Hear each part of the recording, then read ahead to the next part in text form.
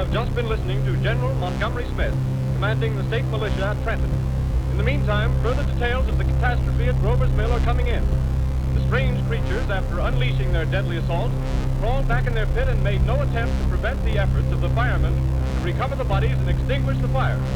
The combined fire departments of Mercer County are fighting the flames which menace the entire countryside. We have been unable to establish any contact with our mobile unit at Grover's Mill, but we hope to be able to return you there at the earliest possible moment. In the meantime, we take you to... Just one moment, please. Ladies and gentlemen, I have just been informed that we have finally established communication with an eyewitness of the tragedy. Professor Pearson has been located at a farmhouse near Grover's Mill, where he has established an emergency observation post. As a scientist, he will give you his explanation of the calamity. The next voice you hear will be that of Professor Pearson, brought to you by direct wire. Professor Pearson.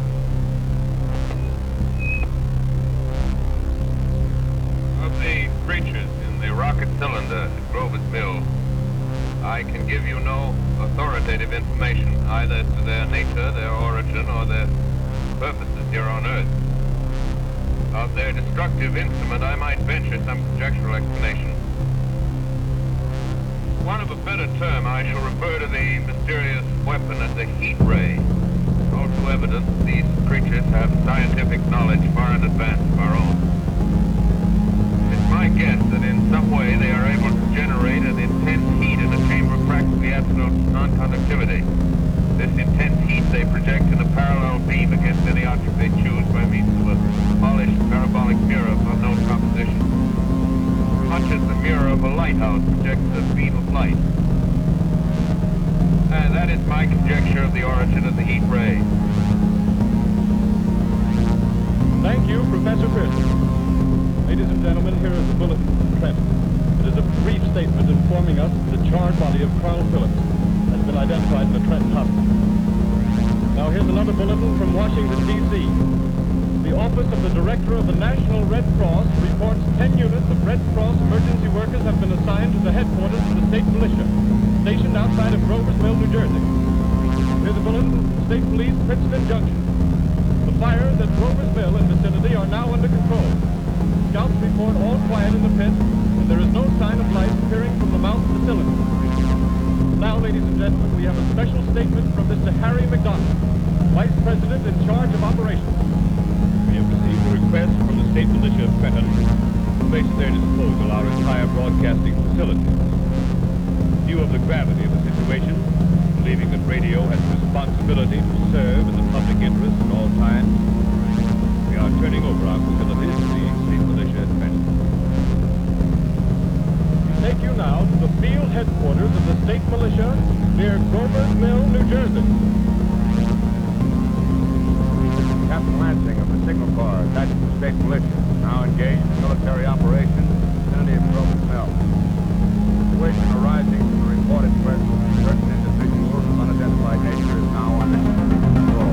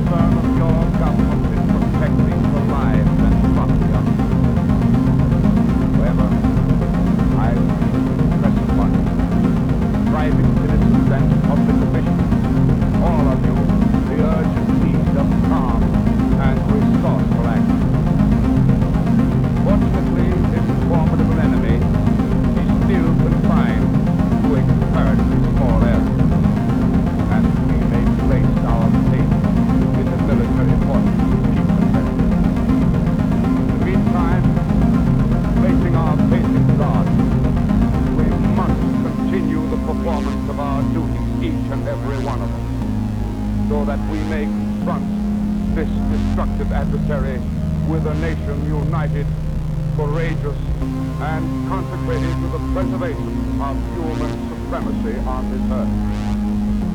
I thank you.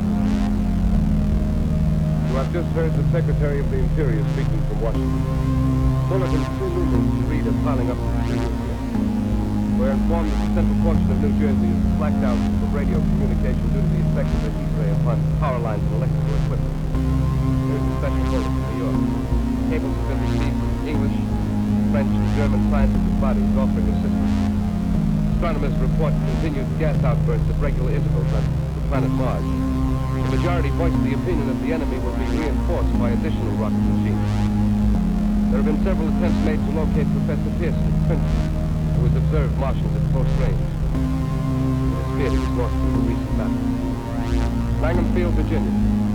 Scouting planes report 3 Martian machines visible above treetops, moving north toward Somerville with population fleeing ahead of them. The heat ray is not in use, although advancing at express train speed, invaders pick their way carefully. They seem to be making a conscious effort to avoid destruction of cities and countryside. However, they stop to improve power lines, bridges, and railroad tracks. Their apparent objective is to crush resistance, paralyze communication, and disorganize human society. Here is a bulletin from Basking Ridge, New Jersey.